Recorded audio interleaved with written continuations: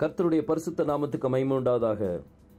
இந்த மாதம் 24, 25 ஆகிய 2 நாட்களில் சாயங்காலம் 4 மணி தொடங்கி இரவு 8 மணி வரை திருநெல்வேலி புது பஸ் ஸ்டாண்ட் அருகில் உள்ள கிரேஸ் ஹாலில் வைத்து எபிரேய வகுப்புகள் நடைபெறும். நீங்கள் அனைவரும் கலந்து கொண்டு தேவ ஆசீர்வாதத்தை பெற்றுக்கொள்ளுமாறு தாழ்மையோடு கேட்டுக்கொள்கிறோம். கர்த்தர் நாம் யாவரையும் ஆசீர்வதிப்பாராக. ஆமென்.